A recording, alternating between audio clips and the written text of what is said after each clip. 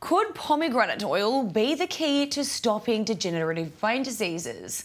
Researchers in Israel have teamed up with a nanoscience lab to manipulate nature and take on one of the medicine's greatest challenges. i24 News science and technology reporter Ariel Levin-Waldman explains. Researchers in Israel may have discovered a game-changer in the fight against degenerative brain disease, a way to slow it and possibly even double a patient's lifespan. It's a pressing issue in Israel where Creutzfeldt-Jakob disease is disturbingly common.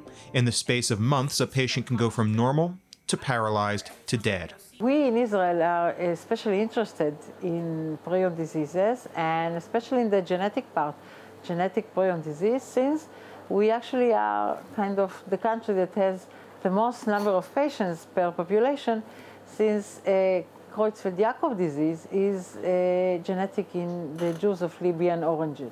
But how?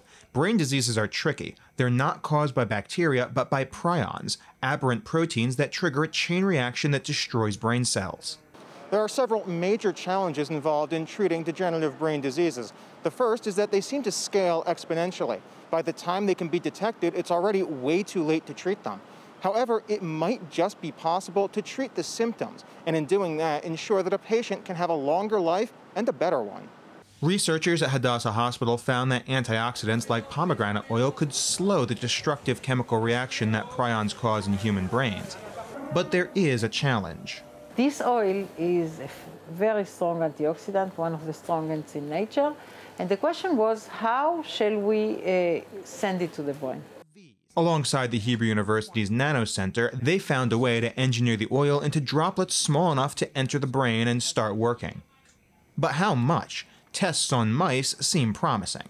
Indeed, we found that they will live now 6 months longer, which is a lot. I mean, half of their lifespan. Imagine if you are going to get sick at 50, then it may give you 20 to 30 years.